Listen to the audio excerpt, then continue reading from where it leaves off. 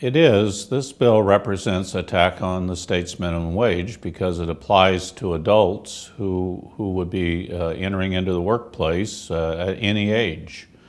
And for that reason, it is an attack on the state minimum wage. It would be able to enable employers on the grounds of being a training wage to reduce their wages down from the current $9.19 to $6.89. Frankly, this is simply a way of getting around the state minimum wage, and for that reason, I'm very opposed to it. The issue of the training wage came up because we do have high rates of unemployment for young people, and we are trying to address that issue, and we do have laws on the books that allow for training wages to be paid. We have laws on the books that allow for less than the minimum wage for those who are 14 and 15 years of age. But to me, this training wage bill is flatly an effort to get around our state minimum wage, and it represents an assault on the wages of working families. And for that reason, I'm very opposed to it. And hopefully, before this bill will not find its way to the floor of the Senate, and hopefully they'll rethink their policy here. We have in statute language that gives employers the option of paying a training wage. There's a process in play where the labor and industry reviews the proposal of the employer to ensure that it is a bona fide training situation. Nothing in this current law would require the employers to explain why the wage they're offering is a training wage. All this does is give them the option with 10% of their workforce to pay 75% of the current state minimum wage. And to me, that would just lead to an erosion of wages for working families in this state.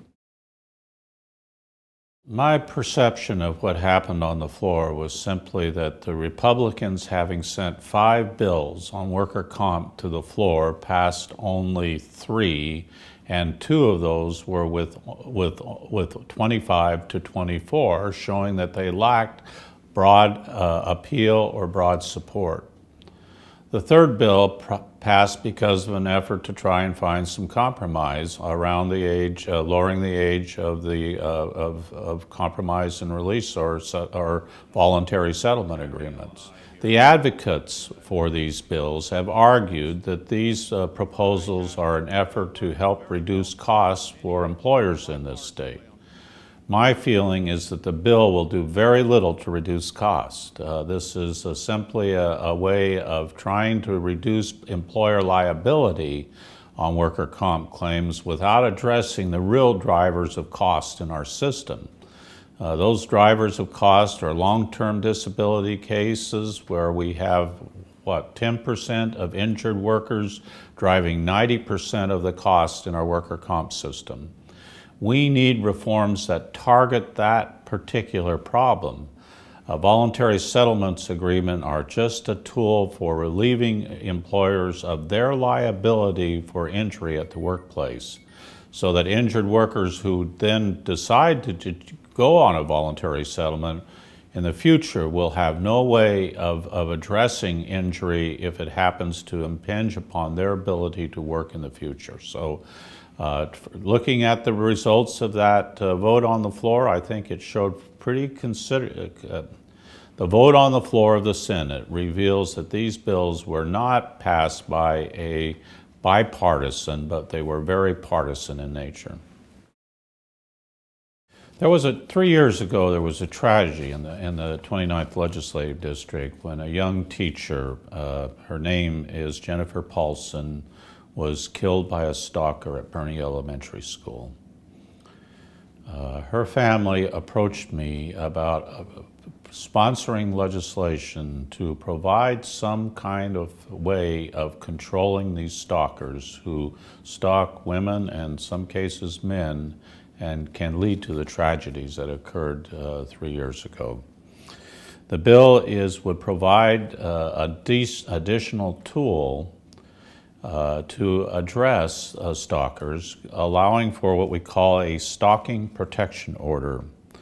And this could be issued by a court and would therefore provide additional protection for those people who are being harassed by stalkers. This was a tragedy in our district, and I'm very happy to be able to sponsor this legislation for the family. There is a bill in the House. Representative Roger Goodman is working on the same, in fact, has worked on this legislation for several years. It's very possible that we'll be passing both bills. We'll see. Maybe we'll only pass the House bill, but we need to address this problem of stalking. And I believe that this, the testimony on the bill was strongly supported by the attorneys and the prosecutors of this state, and is viewed as a very positive step for addressing this problem of stalking.